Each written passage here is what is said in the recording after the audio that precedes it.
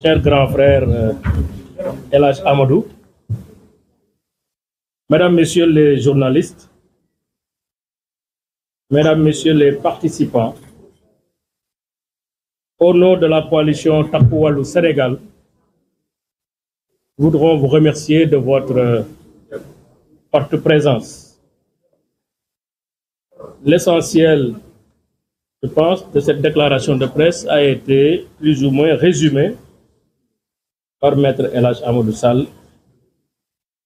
Comme vous l'avez suivi, après avoir été menacé publiquement dans son fief politique, chez lui à Agnam, dans le département de Matam, par le Premier ministre Ousmane Sonko, dont certains de ses partisans ont exprimé publiquement le souhait de ne pas avoir dans ce pays, c'est-à-dire au Sénégal, je le cite, des opposants milliardaires, ce qui explique très largement la purge entamée.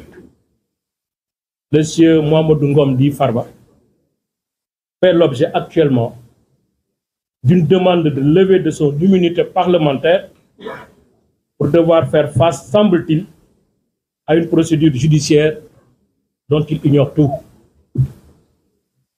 Sur cette procédure envisagée à son encontre, celui-ci ne dispose d'aucune information préalable, ni contradictoire, ni vérifiée sur les allégations du parquet. Là au moins c'est une évidence dans ce dossier. Il faut tout de même admettre que dans un état de droit, c'est grave. Tout dans un état de démocratie, une telle démarche est simplement inacceptable et contraire à la loyauté qui doit présider à la procédure pénale. La procédure pénale aborde les stratagèmes, les louvoiements et l'esprit de malice et repose sur une information préalable des faits reprochés aux prévenus, sur la présomption d'innocence, sur le respect des droits de la défense, l'un des droits essentiels à un procès équitable, apte à assurer à la personne suspectée ou poursuivie la garantie contre l'arbitraire. Malheureusement, les transgressions aux droits de la défense qui ont parsemé cette procédure engagée contre Farba, dénoncée par ses avocats, décrédibilisent à elles seules la démarche processuelle engagée. La première transgression dans ce dossier est l'intrusion de l'exécutif dans le judiciaire. Cette procédure fait suite à une commande du Premier ministre Ousmane Sonko. Pour preuve, c'est le procureur du parquet financier auprès du ministère de la Justice qui sollicite la levée de l'immunité parlementaire du député Farba Ngom. Ce n'est pas une institution judiciaire de jugement, après avoir apprécié des faits, estime devoir élargir son enquête ou son instruction à des personnes, ce qui aurait pu être le cas. À ce jour, aucun juge d'instruction n'a été saisi. La deuxième transgression est relative aux perquisitions violentes au verger du sieur Farba Ngom à Diamniadio, ayant fait l'objet d'un procès-verbal constat d'huissier. C'était un peu vers avril-mai 2024. Qui était derrière cette perquisition, alors qu'aucun juge d'instruction n'a été saisi à ce jour, alors surtout que selon le parquet, les rapports de la CENTIF n'ont été transmis au parquet qu'au mois de décembre 2024. Quelle est l'autorité judiciaire ou de police qui avait donné l'instruction de mener ces perquisitions illégales?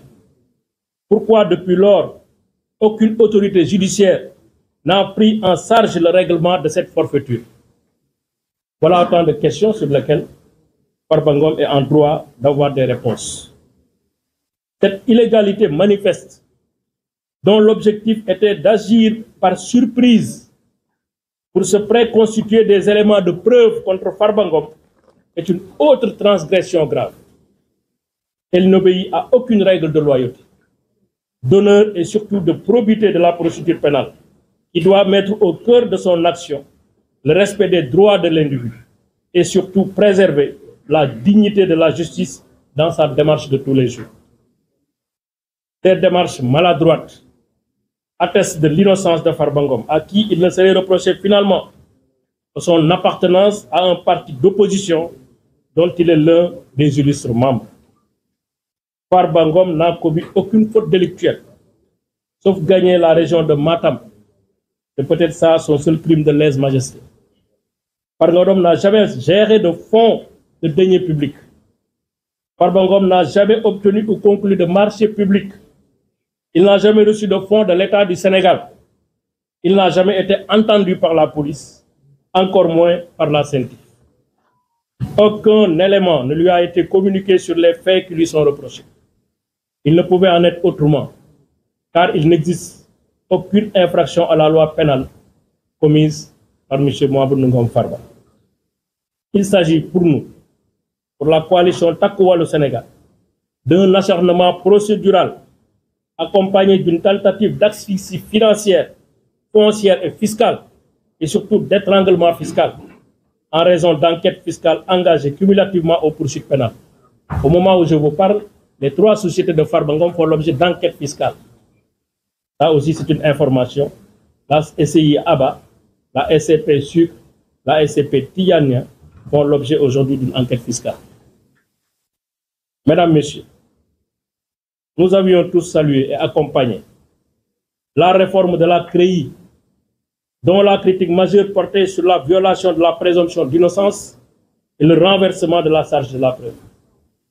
La réforme du 2 août 2023, modifiant le code de procédure pénale et instituant le pôle judiciaire spécialisé dans la répression des crimes et délits économiques ou financiers, dénommé pôle judiciaire financier en abrégé PJF, est une réforme majeure de la gouvernance du président Macky Sall. Cependant, la mise en place du pôle judiciaire financier ne devrait pas être une réforme de plus. Une réforme pour rien. Une réforme à l'issue de laquelle les droits de la défense continueront à être sacrifiés aux grandes dames de la crédibilité de l'institution judiciaire.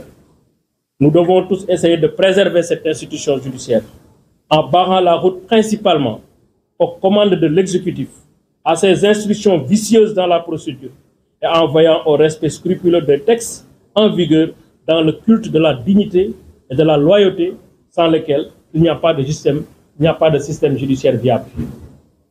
Pour cela, il nous faut mettre les procédures de reddition de comptes au-dessus des actions de règlement de compte, très loin des règlements de compte, devrais-je dire. La justice ne peut pas et ne doit pas accepter d'être une institution de règlement de compte. Nous voulons ici, dans ce pays, une justice libre, indépendante et impartiale, mais pas un instrument de vengeance déguisé en justice. Mesdames, Messieurs, au vu des observations qui précèdent, il nous semble évident que l'Assemblée nationale devrait purement et simplement rejeter la demande de levée de l'immunité parlementaire formulée par le parquet, qui n'est ni sérieuse ni sincère. L'Assemblée n'a été saisie que par une simple lettre du parquet financier. Aucun fait sérieux n'a été articulé, si ce n'est des allégations, des affirmations, des déclarations non étayées. Aucune pièce pouvant fonder la conviction de l'Assemblée nationale n'a été produite à l'appui de la demande de levée de l'immunité parlementaire de Farba Ngom. D'ailleurs, le vice-président du groupe a en attesté hier. La présidente du groupe a fait un point de presse pour dire que dans ce dossier, à part la lettre, il n'y a rien. À part la lettre du parquet, il n'y a absolument rien. Il n'y a aucun rapport, il n'y a aucun élément, il n'y a aucun début de preuve pouvant fonder légitimement une levée de l'immunité parlementaire.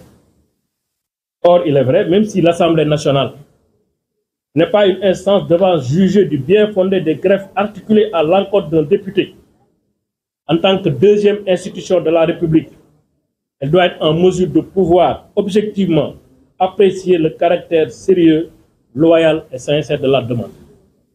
C'est cela une demande sans arrière-pensée politique. C'est pourquoi les conditions objectives de levée de l'immunité parlementaire n'étant pas réunies, l'Assemblée nationale, les députés du Sénégal devraient éviter de piétiner leur propre statut et surtout fragiliser leur protection qui vise la préservation de l'un des principes les plus importants de la vie parlementaire, l'inviolabilité du mandat de député. L'Assemblée nationale de rupture annoncée, que nous attendons à ce jour, est concrètement devant ses responsabilités, d'être une institution qui veille à la protection de ses membres. Une assemblée de rupture, c'est d'abord une assemblée qui se fait respecter et qui fait respecter les droits de ses membres. Aucun fait sérieux n'a été articulé à l'appui de la demande de levée de l'immunité parlementaire. Par voie de conséquence, cette demande devrait être rejetée. Dans tous les cas, la coalition Takku Wallu Sénégal et son groupe parlementaire entendent saisir sans délai l'Union interparlementaire, l'UIP, organisation mondiale des parlements nationaux, à travers son comité des droits de l'homme, pour dénoncer les graves violations des droits du député Farba Ngom, notamment l'absence manifeste d'une procédure contradictoire, juste et équitable, conforme aux principes de loyauté et d'équité, devant gouverner toute procédure de levée d'immunité d'un député. Les parlements de la CEDEAO, de la francophonie seront également saisis pour ces graves violations. Mesdames, Messieurs, au nom de ce comité, nous vous remercions de votre aimable attention. Merci beaucoup.